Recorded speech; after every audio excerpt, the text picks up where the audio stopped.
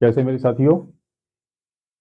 तो आज हम नेक्स्ट टॉपिक शुरू करेंगे, प्रॉफिट एंड लॉस। तो प्रॉफिट एंड लॉस जनरली तो हमें पता ही है कि प्रॉफिट लॉस, लेकिन हम थोड़ा मैथमेटिक्स तरीके से इसको करेंगे तो थोड़ा मजेदार तरीका हो जाएगा और हमें अपनी छोटी क्लास भी याद आएगी।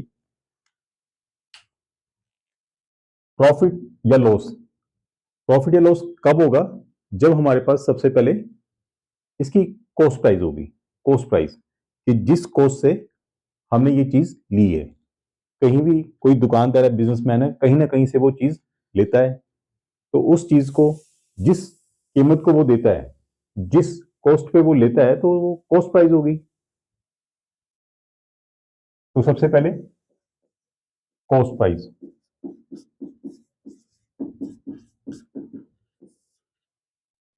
कॉस्ट प्राइस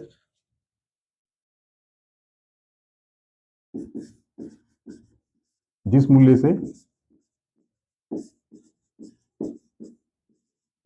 खरीदा। किसने खरीदा? दुकानदार ने, या जो भी जहां पे हम जा रहे हैं। कॉस्ट प्राइस अब अपनी दुकान में ले आया, किसी भी चीज को लेकर आ गया वो कि 100 रुपए की कॉस्ट प्राइस में कोई आइटम उसने रखी हुई है। आइटम किस लिए रखी हुई है? बेचने के लिए।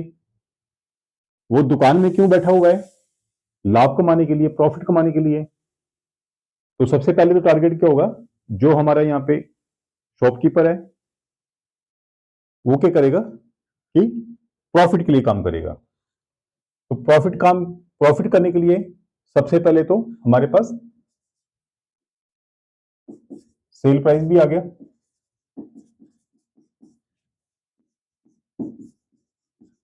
जिस मूल्य पे विक्रय हुआ।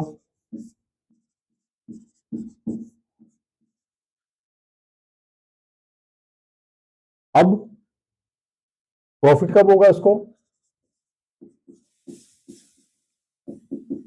प्रॉफिट कब होगा? जब ज्यादा पैसे से वो बेचेगा और कम पैसे से उसने लिया होगा। तो इसका मतलब क्या हुआ कि अगर हम प्रॉफिट का फॉर्मूला देखें तो वो क्या हुआ? प्रॉफिट कब होगा? जब सेल प्राइस, ठीक है, इसको हम लिख देते हैं सेल प्राइस, जिस चीज से ये बेच रहा है। अब हमने अपनी छोटी क्लास में पढ़ा था, बड़ा है, छोटा है, ग्रेटर देन या स्मॉलर देन। तो ये होता है ग्रेटर देन, ऐसे करके तो उसको बोलते हैं बड़ा है। कौन सा बड़ा है? इस तरफ वाला बड़ा है। तो sale price greater than CP, cost price. Profit तभी होगा जब वो कम रेट में लेके ज्यादा पैसे में बेचेगा, ज्यादा रेट में बेचेगा, तभी उसको प्रॉफिट होगा। कितना परसेंट होगा वो बाद की बात है। अब प्रॉफिट तो आ गया ये रुपीज में, या फिर SP, sale price minus CP. ये फार्मूला एक आ गया इसका सिंपल, कि हमने प्रॉफिट निकालना है। और अगर हम बोले परसेंटेज प्रॉफिट, तो सबसे पहले हमने परसेंटेज में किया था। हम कोशिश कर रहे हैं कि एक लेक्चर से दूसरा लेक्चर जब जाए तो पिछला लेक्चर हमारा काम आए। तो हमने परसेंटेज निकाली थी। तो उसमें मैंने लिखा था कि मेरे 10th में इतने मार्क्स थे, कितने में से थे। तो अब हुआ क्या कि प्रॉफिट, परसेंटेज प्रॉफिट किस पे आएगा? जो कॉस्ट प्राइस है, कॉस्ट प्राइस। तो प्रॉफिट कितना हुआ उसको? प्रॉफिट मतलब 20 रुपए हुआ, 25 रुपए हुआ। लेकिन इसने बोला परसेंटेज प्रॉफिट। पहले तो आपने प्रॉफिट निकाला कि जितना हो गया, sale price minus cost price हो गया।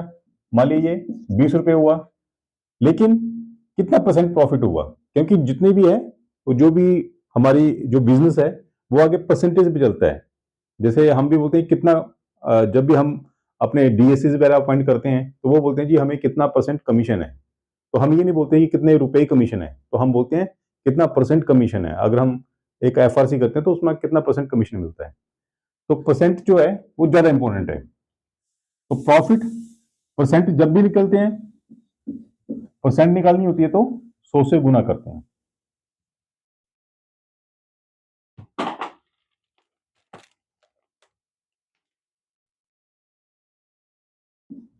ठीक है, 100 से गुना कर दिया। अब अगर हम चलें कि लॉस, इसको हानि भी बोलते हैं कि काम किया लेकिन हानि हुई। प्रॉफिट, इसको लाभ बोलते हैं हिंदी में। अब ये जो लॉस हुआ, लॉस कब होगा? जब ज्यादा पैसे में खरीदी और कम पैसे में बेची। तो खरीदी को क्या बोलते हैं हम? Cost price, CP. CP is greater than SP, sale price. अब इसका उल्टा हो गया ना ये, यहां पे तो बोला कि sale price greater than CP. अब यहां पे अगर लॉस होगा तो हमेशा कंडीशन याद रखनी है कि कॉस्ट प्राइस ज्यादा होगा सेल प्राइस में से। तो ये हो गया। अगर इसमें से हम बोले कि percentage loss, percentage loss is equal to, नीचे तो आएगा सीपी और ऊपर आएगा लॉस। परसेंट निकाल रहे हैं, 100 से गुना कर दिया। तो कोई नया फार्मूला कुछ नहीं है इसमें। परसेंटेज है, कॉस्ट प्राइस आपने याद रखना है कि कब उसको प्रॉफिट होगा, कब उसको लॉस होगा। यही इसकी दो कंडीशंस हैं। परसेंटेज तो आप निकाल लीजिए आगे।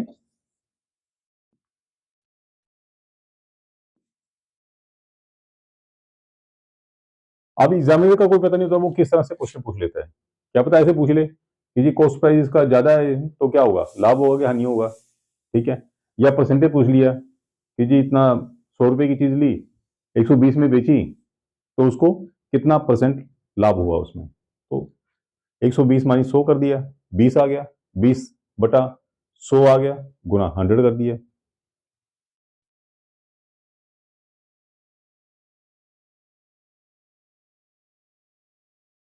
या फिर अगर थोड़ा सा अगर फॉर्मूले को लो, तो ये जो प्रॉफिट हुआ था, प्रॉफिट, तो प्रॉफिट का फॉर्मूला हमारे पास क्या था?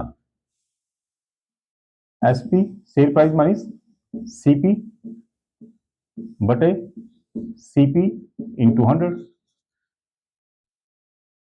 प्रॉफिट कैसे निकला था?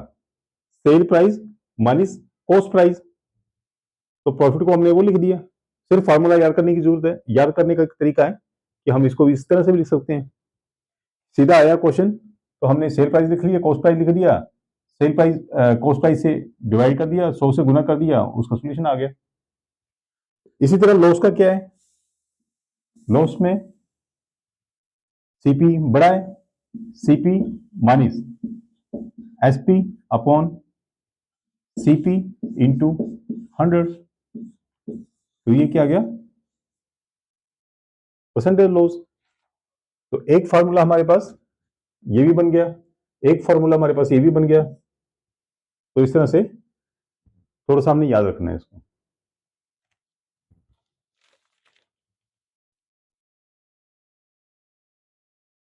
इसमें आपने एक बात याद रखनी है, नोट, जो ये हमने पढ़ा इसका रिजल्ट क्या निकला? प्रॉफिट और loss always calculated on cost price.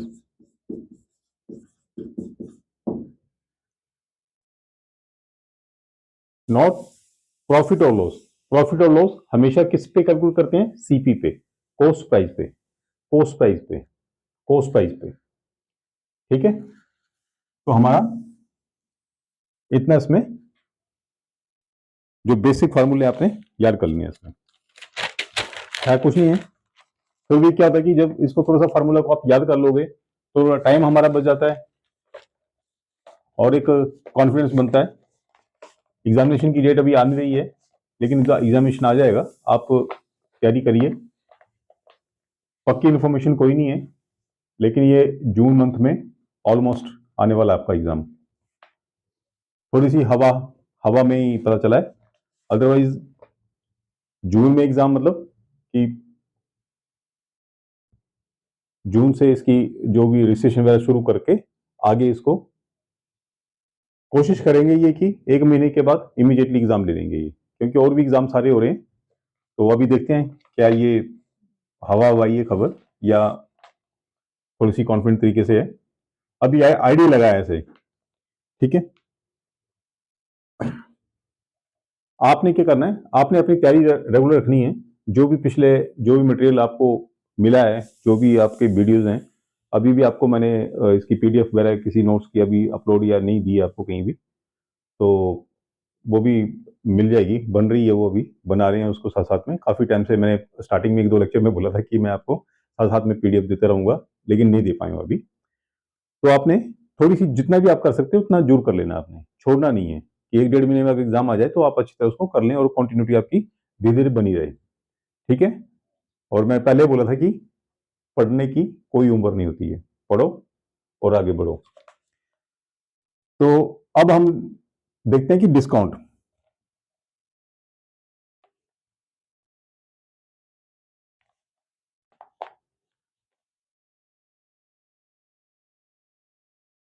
Discount किस पे दिया जाता है। डिस्काउंट, डिस्काउंट सुना आपने, discount, discount selling point, selling price पे दिया जाता है। सेलिंग प्राइस पे डिस्काउंट करेंगे तो हमने बेचा किस चीज से, तो वो तो सेलिंग प्राइस नहीं हुआ। मतलब सेलिंग प्राइस तो वो होगा जिससे हमने चीज को बेच दिया। अगर हम बोले कि डिस्काउंट किया, तो डिस्काउंट किस पे किया, तो डिस्काउंट जो करते हैं वो करते हैं मार्केट प्राइस पे। तो एक नई टर्म है मार्केट प्राइस, इसको आपने एमपी बोल देना, मार्केट प्राइस।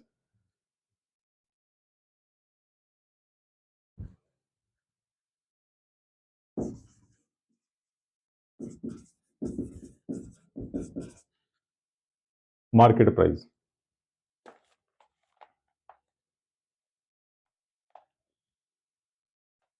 तो मार्केट प्राइस क्या है, 1,000 रुपए मार्केट प्राइस है।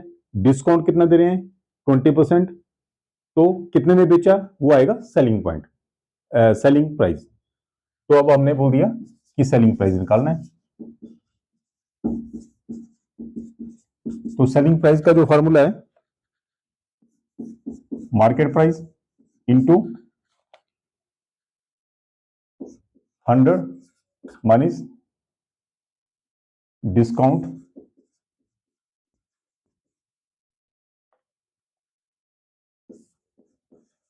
Upon 100। Selling price is equal to market price into 100 minus rate of discount. आप इसको डिस्काउंट रेट बोल दो। डिस्काउंट रेट का मतलब हुआ कि वो कितना परसेंट है।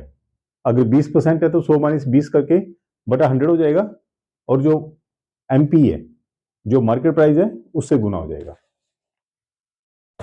तो इस फॉर्मूले के साथ आपको थोड़ा सा मैं एक बेसिक बताना चाहता हूं कि कभी भी क्या होता है कि मान ली कि हमारा आ गया x is equal two by upon Z, ठीक है। एक बेसिक है इसका, वो हमें आगे भी काम आएगा।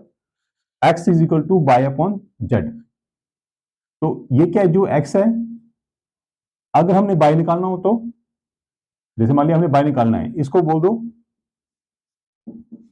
लेफ्ट हैंड साइड, और ये आ गई आपकी राइट हैंड साइड। तो लेफ्ट हैंड साइड में क्या है, x है, और राइट हैंड साइड में क्या है, बाई अपॉन जेड। तो x की वैल्यू तो आ रही है, x is equal two by upon Z तो आ रहा है, लेकिन इस तरह की जो इक्वेशन है, ये समीकरण बोलते हैं इसको हिंदी में। इस तरह की इक्वेशन में अगर ये तीन चीजें हमारे पास x बाय जेड, तो x बाय जेड में दो चीजें अगर दी हो तो हम तीसरी चीज निकाल सकते हैं, निकालते हैं। अब यहां पे x है, अगर हमने बाय निकालना है तो बाय क्या कर रहा है, बाय ऊपर है, और ये जेड जो है वो इस तरफ राइट हैंड साइड में डिवाइड कर रहा है। तो अगर बाई निकालना है तो इसका मतलब कि जगह में बाई ही आना चाहिए, तभी हम बोलेंगे कि ये वाई की वैल्यू है। तो अगर इसको हम बाई रखेंगे या तो बाई इज इक्वल टू ये जेड जो है इधर चला जाएगा, जो एक्स लिखा है एक्स कोई भी अंक है अगर वो अकेला वहां पे है तो अगर बटा 1 कर देंगे तो वो वही अंक रहता है।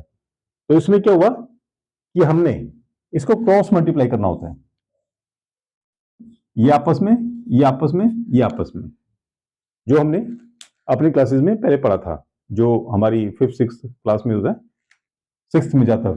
तो क्रॉस मल्टीप्लाई करना है, मतलब अगर बाई निकालना है तो बाई कम बाई आ गया और एक्स और जेड, तो ये एक्स और जेड आ गया। तो बाई की वैल्यू कितनी आई, बाई is equal to X Z.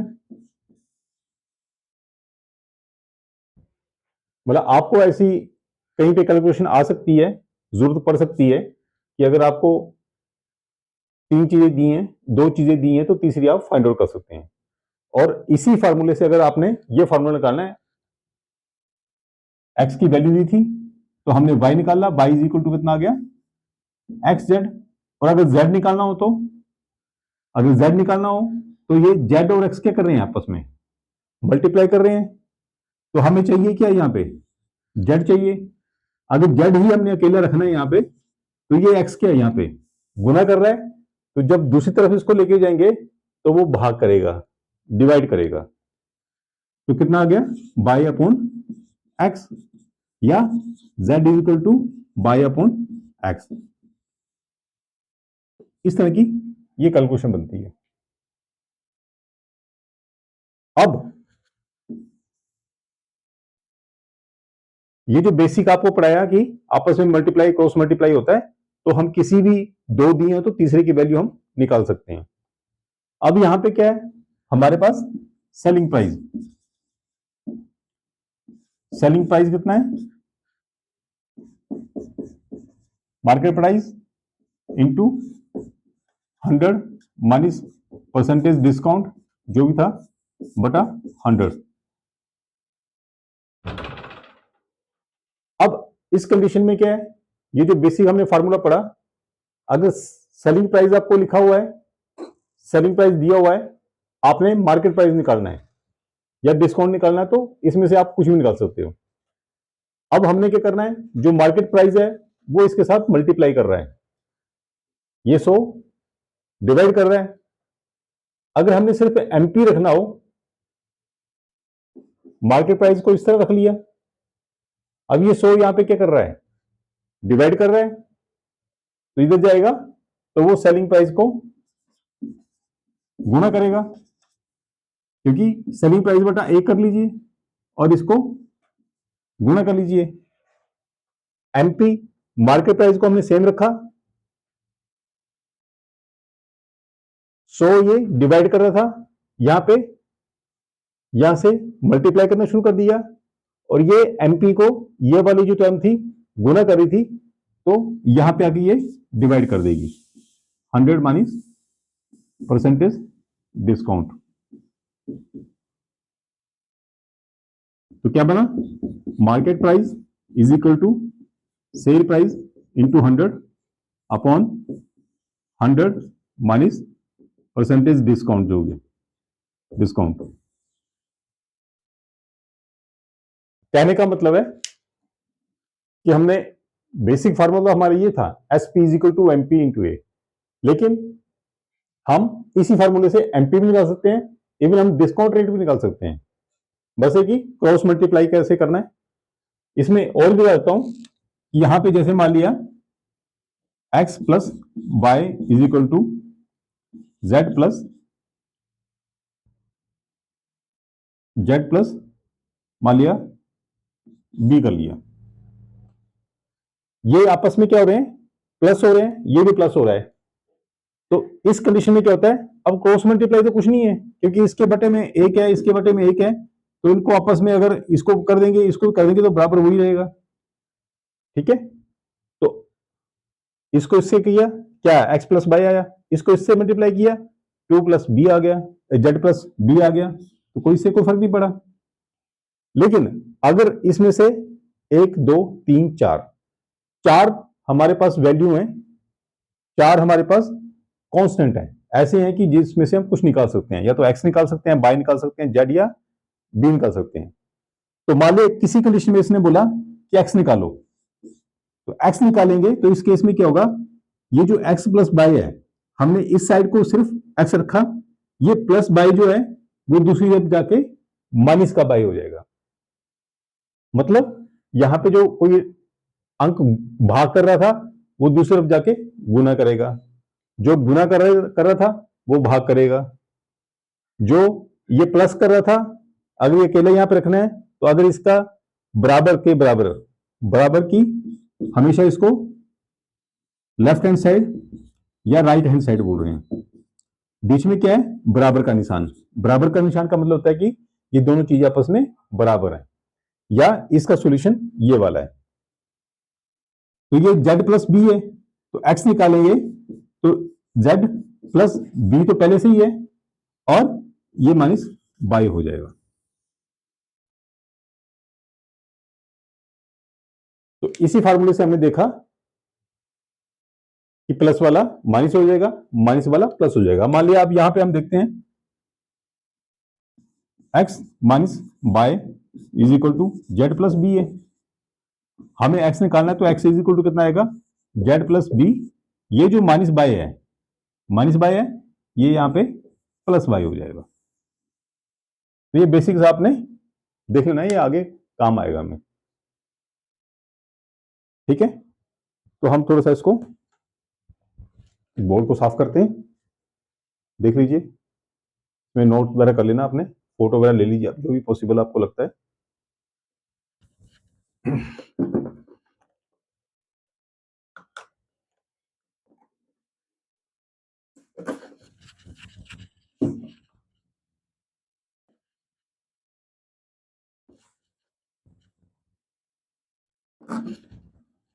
कौन सा वीडियो आप आगे कर लें चाहे,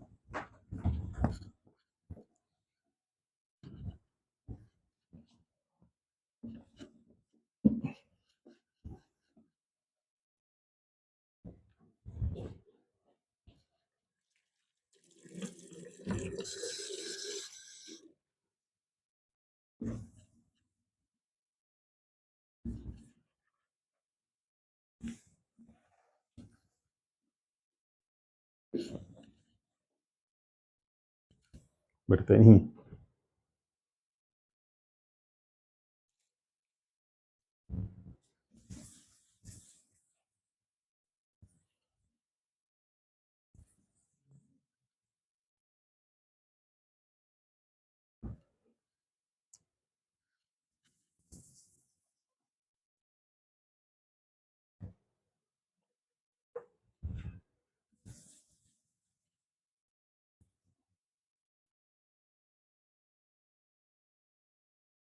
आपको लगेगा कि जितना लेक्चर दिया उससे ज्यादा तो इसमें टाइम वेस्ट हो गया। एक्चुअली जब मैं बोर्ड लेके आया तो अब उस टाइम चेक भी ये करते, आइडिया नहीं था कि बोर्ड ऐसे भी खराब निकलते हैं। ये बोर्ड की प्रॉब्लम है, जो फटता नहीं है इसमें।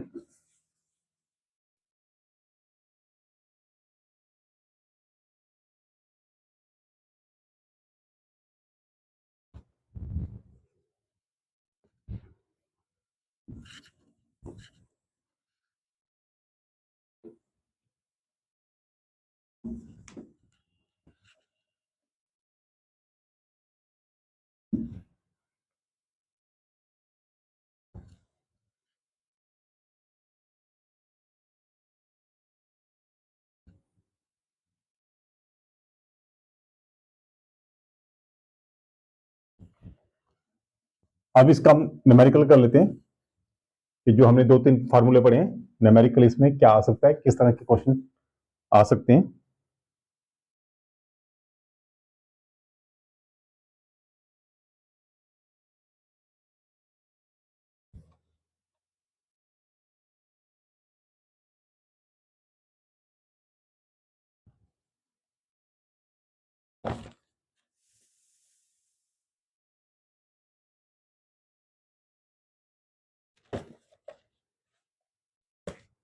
क्वेश्चन है छोटा सा। यश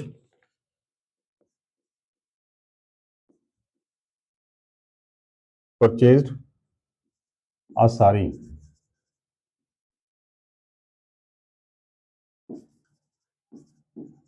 for rupees 2000 and sells it for rupees 1500. Find its loss percentage. अब देखो जो हमने फार्मूला पढ़ा है, तो yes purchased a sari for rupees 2000। Purchase की मतलब की कॉस्ट प्राइस, तो कॉस्ट प्राइस उसका 2000 है, लेकिन and sells for rupees 1500। Rupees 1500 का मतलब कि कम पैसे में बेच रहा वो। तो इस कंडीशन में ये तो क्लियर हो गया कि लॉस होगा। लॉस होगा, लेकिन कितना लॉस होगा वो परसेंटेज में बताना आपने। तो अगर हम देखें लॉस, लॉस कितना होगा, loss is equal to CP cost price minus selling price बटा सीपी इंटू 100। ये फार्मूला हमने पढ़ लिया पहले। तो लॉस सीपी कितना है, कॉस्ट प्राइस 2000 रुपए, सेलिंग प्राइस कितना है 1500 बटा कॉस्ट प्राइस कितना है 2000 गुना 100। तो जब इसको आप सोल्व करेंगे, तो सोल्व करती बार क्या करना है कि आपने ऐसा नहीं करना है कि ये इसके साथ डिवाइड कर दिया या इसके साथ 0 काट दी, क्योंकि ये जो है वो पहले इसको प्लस और माइनस को एक एक अंक बनाना पड़ेगा। मतलब अगर प्लस में है तो प्लस करके लिखना पड़ेगा, माइनस है तो माइनस करके लिखना पड़ेगा। लेकिन अगर यहाँ पे मल्टीप्लाई होता तब आपस में ये 0-0 कर जाते और काट देते। तो पहले हमने इसको नंबर बनाना है। तो 2000 माइनस 1500 कितना आ गया 500 बटा इसकी जो कॉस्ट प्राइस है 2000 है, 100 से मल्टीप्लाई किया 100 100 1 0 1 0 2 कम 2 2 दूनी 4 और 2 5 10, तो कितना आ गया 25%। छोटा सा क्वेश्चन है ये, सिंपल सा।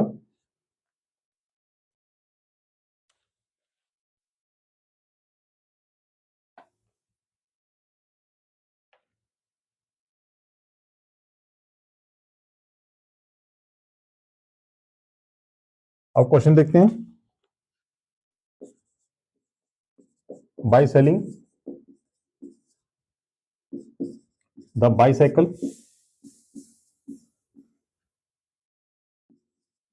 For rupees 1200, debit gets 20% profit.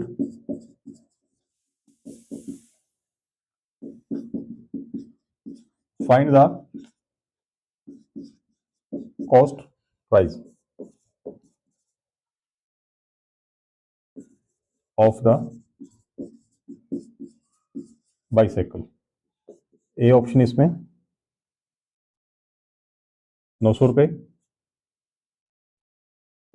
B option 1000 रुपए, सी ऑप्शन 800 रुपए, डी ऑप्शन 700 रुपए।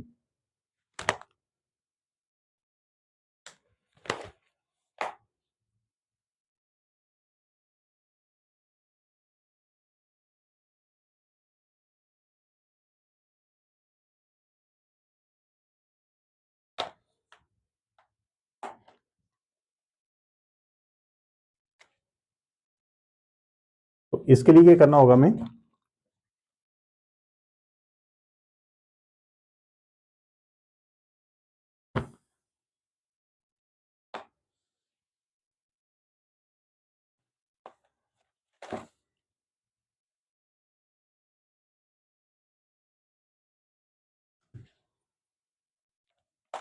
सीधा फार्मूला इसका, cost price is equal to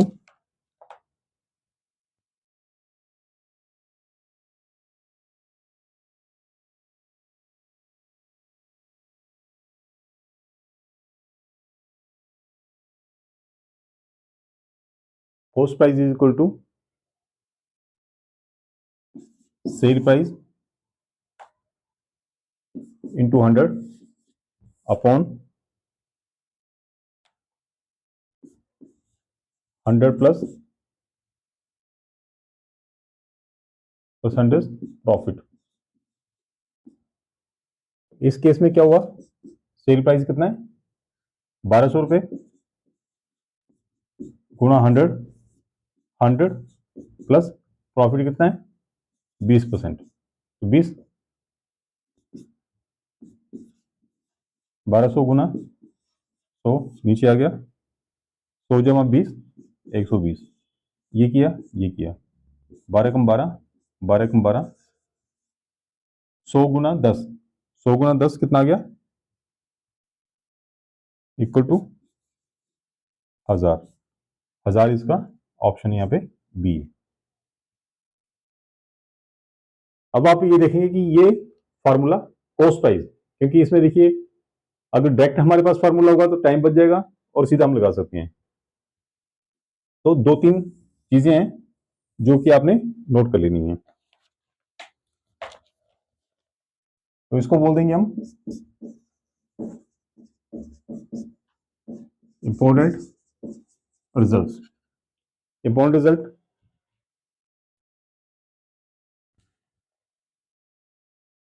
result में क्या है, नंबर 1,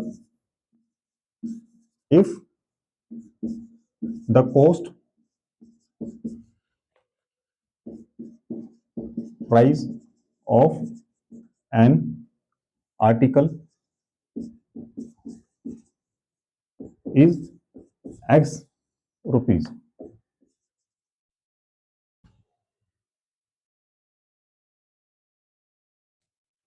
अब कॉस्ट प्राइस कितनी बोली है X rupees, and profit is by %, then selling price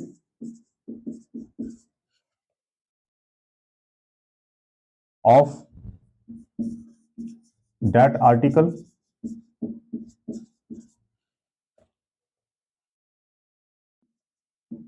will be क्या होगा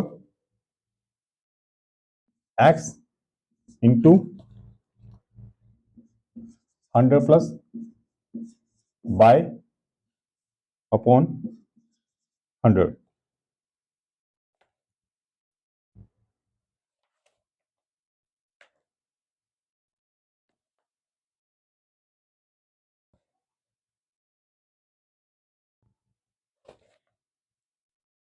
इफ द कॉस्ट प्राइस, ये आपके दिए कि कॉस्ट प्राइस दी हुई है, तो cost price of an article is X, then profit is this, then selling price, तो ये आ गया आपका सेलिंग प्राइस का formula.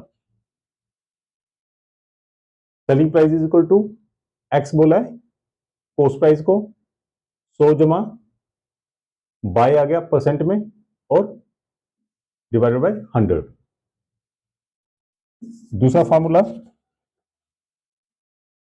If cost price of an article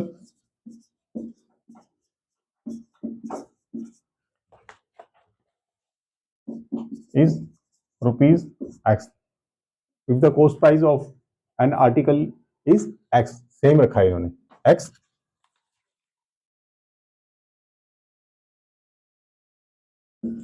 and loss percentage, पहले क्या था प्रॉफिट, तो loss percentage is y percent बोल दिया, सेम टू सेम बोल दिया।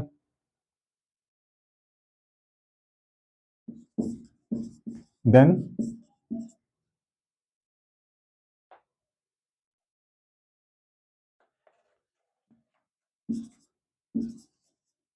selling price will x into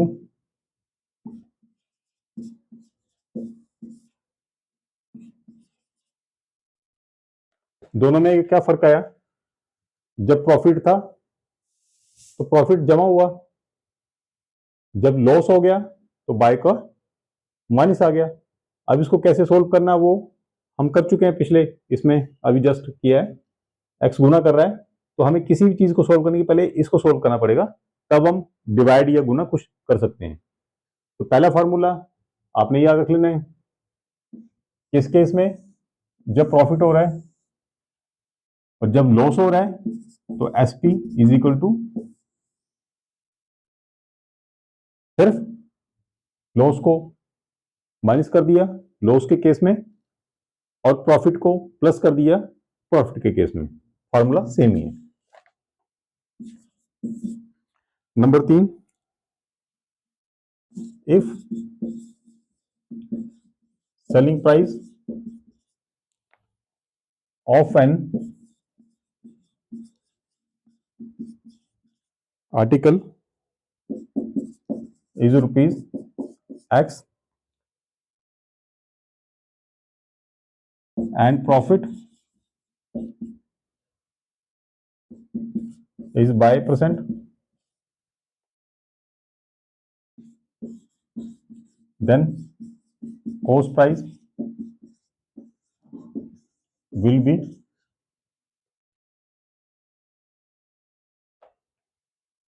उल्टा हो जाएगा। प्रॉफिट बाय है x into 100 upon 100 plus by.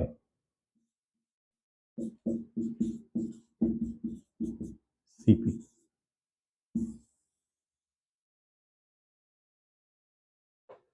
ऊपर वाले दोनों फार्मूले में हमने क्या बोला? Selling price. लेकिन नीचे आके हमने क्या इस फार्मूले में निकाला? थर्ड पॉइंट में कॉस्ट प्राइस। ये केस किसका है? प्रॉफिट का। अगर लॉस का होगा, लॉस के केस में क्या होगा? कॉस्ट प्राइस, जैसे पहले किया था हमने, ऊपर वाला तो सेम रहेगा, नीचे क्या हुआ? Minus bye.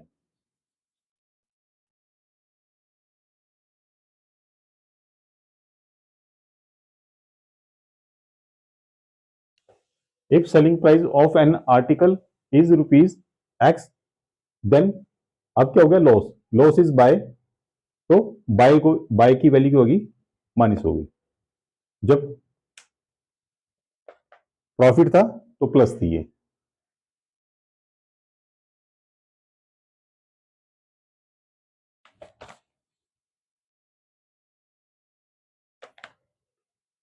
तो ठीक है, थोड़ा सा इसको कर लीजिए आप। नेक्स्ट हम 3-4 न्यूमेरिकल और करते हैं, फिर इस लेक्चर को हम इस टॉपिक को खत्म कर देंगे। थोड़ा सा आपने नोट कर लेना है, थोड़ा सा इन चारों फॉर्मूलों को देख लेना है, डायरेक्ट आपको याद हो जाए कि एक्स क्या है और बाय क्या है। तो ठीक है, नेक्स्ट लेक्चर में कोशिश करते हैं कि न्यूमेरिकल हमारे कंप्लीट हो जाएं। ठीक है, तो आप पढ़िए धीरे धीरे, जो भी कर सकते हैं आप करिए अपनी तरफ से बेस्ट एफर्ट्स। ठीक है, हमें हालांकि यह है कि एग्जाम की डेट फिक्स नहीं है, कब होगा कैसे होगा, थोड़ा आप डिमोरलाइज जरूर होंगे, लेकिन डिमोरलाइज आपने होना नहीं है। ठीक है, आप ये समझिए कि आपके पास काफ़ी टाइम मिल गया है जिसमें कि आप तैयारी कर सकते हैं। वीडियो को रिवाइज करके देख लीजिए आप, और आगे इसके बाद हम न्यूमेरिकल करते हैं, और जो एग्जाम में पेपर आया उसको भी करते हैं, जो क्वेश्चन आया होगा। ठीक, तब तक के लिए thank you, all the best.